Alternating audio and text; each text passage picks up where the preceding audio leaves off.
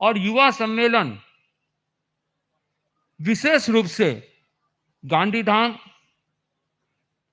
हिंदुस्तान का वह शहर है जो अपनी अलग पहचान रखने वाला है। Extreme west of India, western side of India के अंदर में यह बसा हुआ शहर केवल कांडला पोर्ट और यहाँ के व्यापार इंपोर्ट एक्सपोर्ट हब के द्वारा नहीं जाना जाता, बल्कि यहाँ की जो युवा शक्ति है, जो पिछले 25 साल में भूकंप के बाद जो यहाँ पे सृजनता का इतिहास रचा है, कह सकते हैं कि पूरे हिंदुस्तान के लिए ये एक अलग आइडल है। जो स्थान विभिन्न आपदाओं विपदाओं से जो नीचे गिरा हुआ था, आज वह इस प्रकार से निर्मित हुआ है कि जैसे कि वर्ल्ड क्लास विनर के रूप में यहाँ की युवा शक्ति उभरी है। केवल वर्ल्ड चैंपियन के लिए ट्रॉफी ही सिंबल नहीं होता, उसका पहचान वर्ल्ड चैंपियन वह है जिसकी आत्मा से वह आवाज उठे चैंपियनशिप का। वह व्यक्ति असंभव को भी संभव कर सकता है।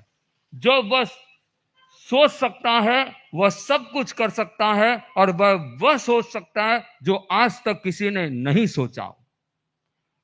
ऐसा निर्माण कर सकता है।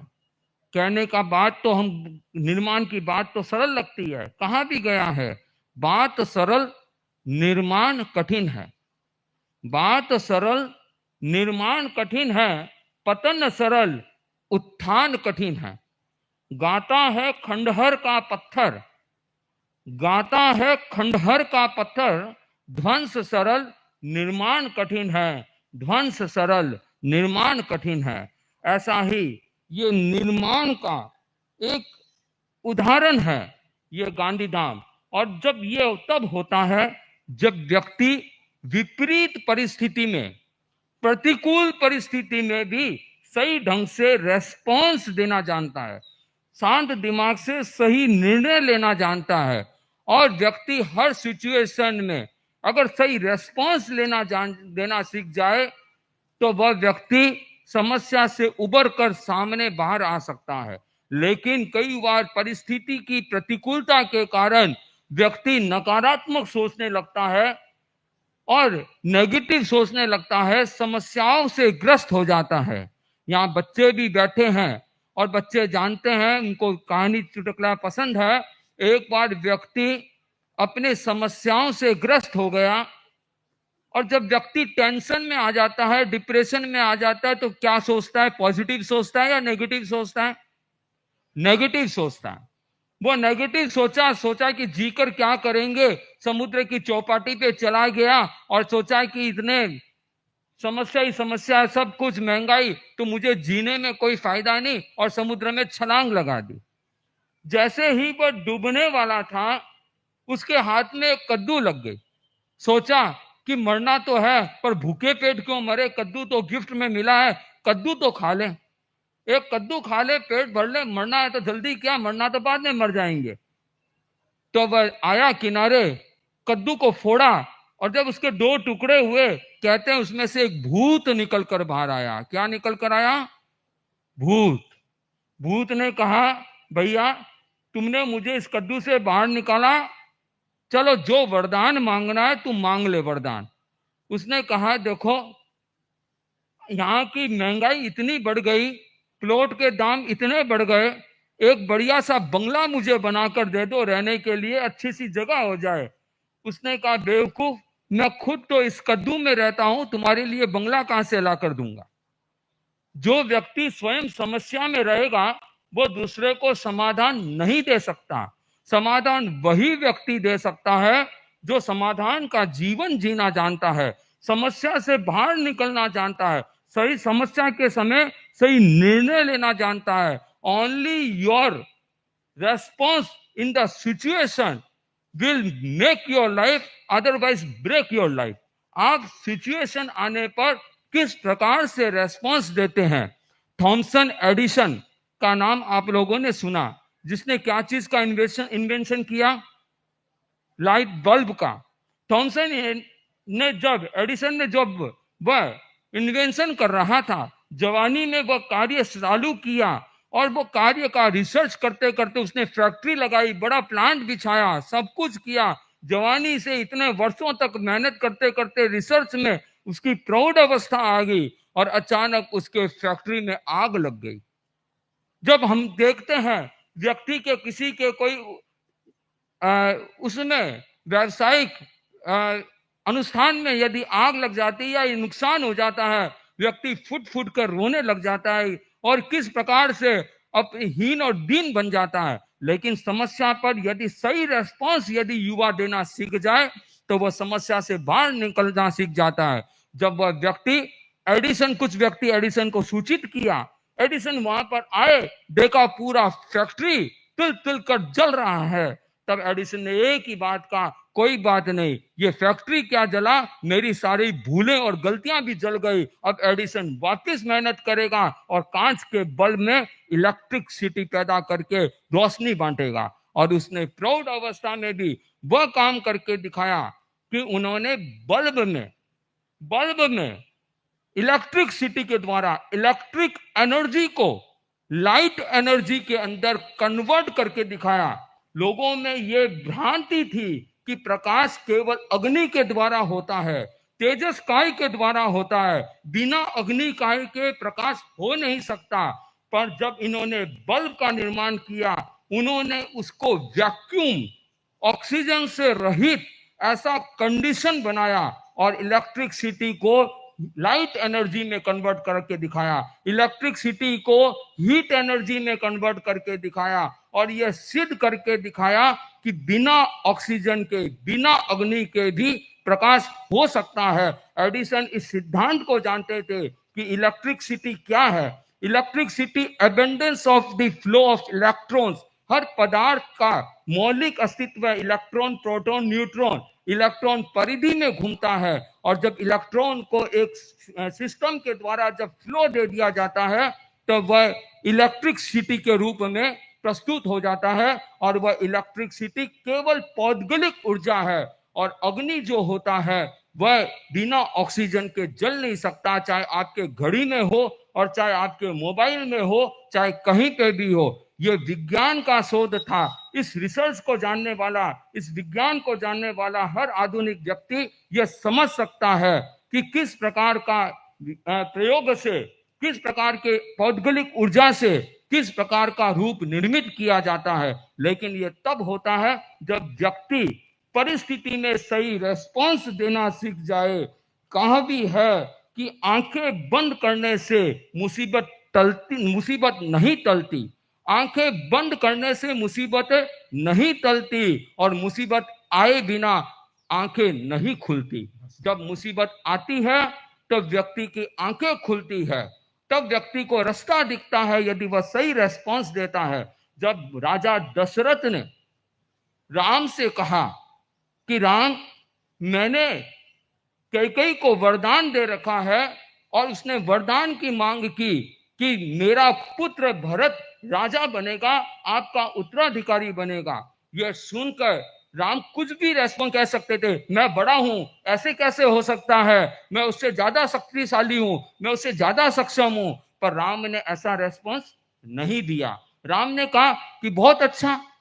राम और भरत में फर्क क्या? दाई आंख और बाई आंख में फर्क क्या?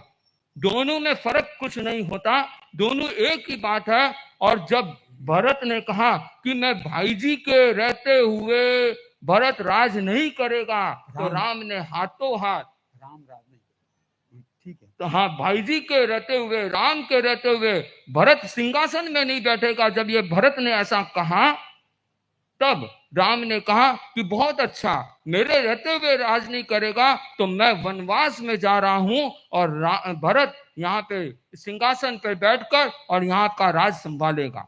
जब व्यक्ति इस प्रकार से रेस्पॉन्स देता है, मन में अभिमान नहीं लाता, अपने स्वाभिमानता को साथ रखता है, उसे कोई नहीं रोक सकता। कहा भी है, अभिमान को आने मत दो और स्वाभिमान को जाने मत दो।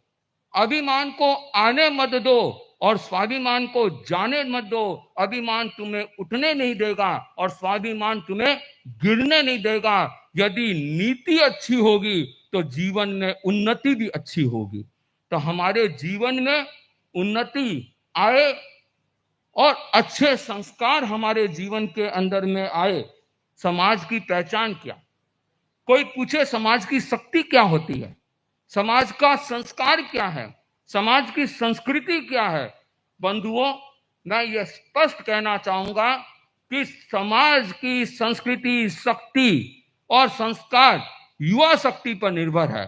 जिस समाज का युवा में जिस दिशा में चलता है, युवा जिस संस्कार के में बहता है, युवा जिस संस्कृति के अंदर जीता है, जिस सभ्यता में जीता है, वही समाज की, वही शहर की, वही प्रांत की, वही राज्य की, वही देश की संस्कृति बनती है, शक्ति बनती है, वही संस्कार बनता है।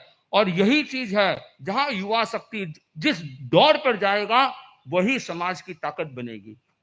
और एक बार नरेंद्र मोदी प्रधानमंत्री ने भी अपने वक्तव्य में कहा था कि जब युवा बढ़ता है तो देश बढ़ता है, और जब युवा बदलता है तो देश बदलता है। इसलिए बहुत जरूरी है कि युवा सही दिशा में जाए। युवा कौन होता है? ऐसे तो आचार्य महाप्रज्ञ जी की एक परिभाषा में कहूं कि जिसका मस्तिष्क सक्रिय होता है वो सभी युवा है। और यहाँ बैठे हमने समझता हूं कि यहाँ पे जो भी गांधीधाम वासी यहाँ उपस्थित है, मैं मानता हूं सबके सब युवा है, क्योंकि वे जागरूक है, वे श्रावक है, उनका मस्तिष्क सक्रिय है। जो जागरूक है, मस्तिष्क को सक्रिय रखता है, वो युवा होता है। पर युवा की विभिन्न परिभाषाएं की जाती है। अगर देखा जाए YUVA, युवा मतलब वाई से यूथफुल, जो युवा हो, जिसका मस्तिष्क सक्रिय हो, जो सशक्त हो, सक्रिय हो, वो युवा है।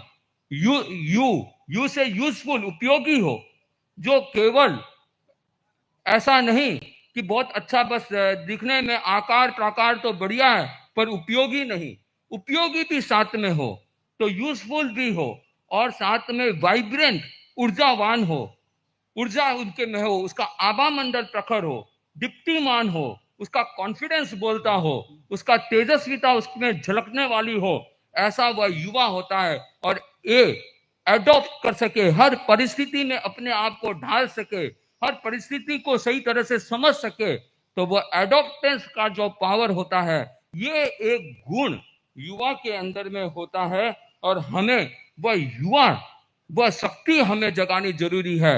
वह युवा हमें चाहिए, वह जोश चाहिए, जो समय पर आभास कर सके, जो सही श्वास ले सके, जो विश्वास प्राप्त कर सके। कहा है, आओ अब प्रतिबिंब निहारे वर्तमान के दर्पण में, आओ अब प्रतिबिंब निहारे वर्तमान के दर्पण में, करे आत्मगत शुभ संस्कारों को जीवन के हर क्षण में।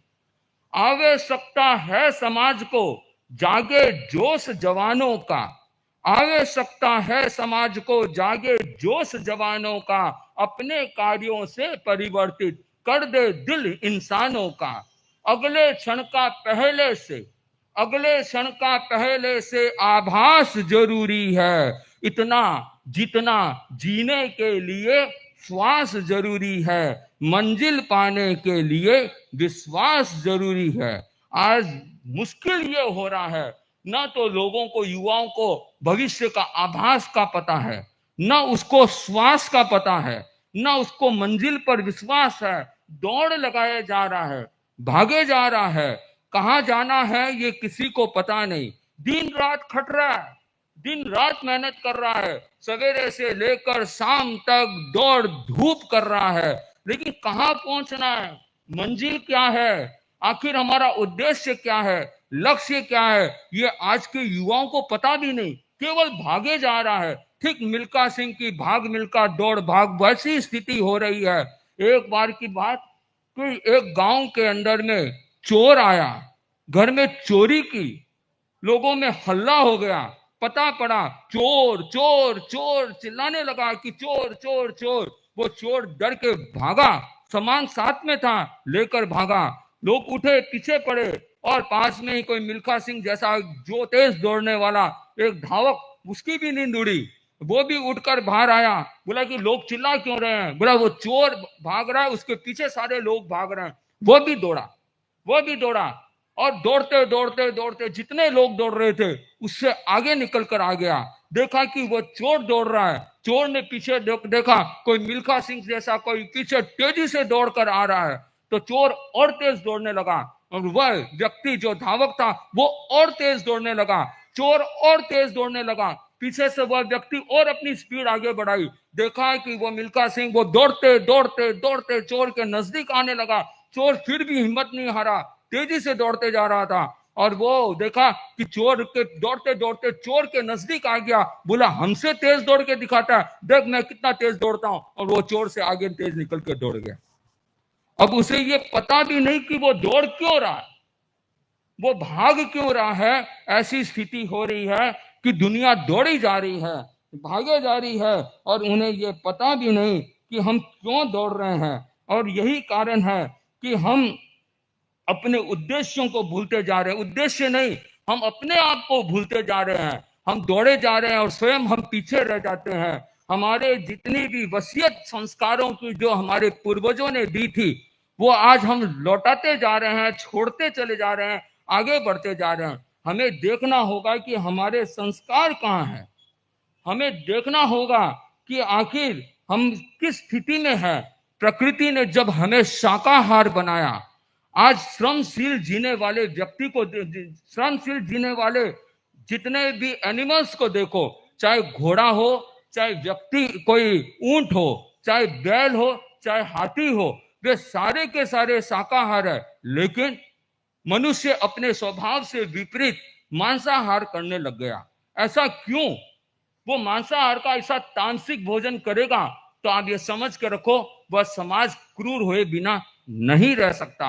और हमने देखा है जिस समाज में मांसाहार का प्रचलन ज्यादा है, उसे एक मिनट नहीं लगता किसी इंसान के खाल उतारने में भी वो संकोच नहीं करता, क्योंकि वह क्रूरता उसके जीवन में संचारित हो जाती है। जब व्यक्ति को खुद का मांस देने के लिए कहा जाए कि मैं तुमको लाखों रुपया देता हूं, तुम अपना मांस दे दे, तो कोई व्यक्ति तैयार नहीं होता, और अल्प मूल्य में वो दूसरे का मांस लेकर केवल अपने जीवा को संतुष्ट करने के लिए मांस भक्षण करता है। वो केवल हिंसा ही नहीं, वो परपीड़न की पराकाष्ठा है जो इस मार्ग के अंदर में बढ़ता है। तो हमारे जीवन के अंदर में संस्कारों पर हमें सुरक्षा करनी होगी। हमें जागरूक रहना पड़ेगा कि आखिर हमारे संस्कार किस तरफ जा रहे हैं। हमें ये अभियान चलाना पड़ेगा। देश के लोग मंदिर और गुंबजों को बहुत ऊंचाई पर ले जा रहे हैं, ऊंचे ऊंचे मंदिर और गुंबज बनते जा रहे हैं। लेकिन आज समय आ गया, आज समय आ गया कि आज के समय पर यदि हम नहीं संभले और युवा का चरित्र मंदिर और गुंबजों से ऊपर नहीं उठा, तो ये आने वाले समय में क्या युग का परिवर्तन आएगा, हम किस विनाश की तरफ बढ़ जाएंगे, हमें पता नहीं पड़ेगा। आप सोच सकते हैं, यदि एक नशाखोर व्यक्ति, नशा में रहने वाला व्यक्ति यदि समाज के बड़े ओहदे पर बैठेगा, यदि वह उद्योगपति के ओहदे पर बैठेगा, यदि वह जुडिशियल में बैठेगा, यदि पॉलिटिक्स में बैठने वाले समाज और देश के सारे बड़े ओहदे पर बैठने वाले एडमिनिस्ट्रेटर्स, ब्यूरोक्रेट्स आदि यदि सब के सब नशाखोर होंगे, तो देश के अंदर में चरित्र का संरक्षण कौन करेगा? कौन चरित्र का निर्माण करेगा? यदि इस प्रकार से अगर नशे के गिरफ्त में आ गया, और यहां तक कि अनेक अस्पताल भरे पड़े हैं ऐसे जवानों से जो अपनी जवानी नशा के को भेंट देकर रोगी बनकर अस्पताल के अंदर में भर्ती है।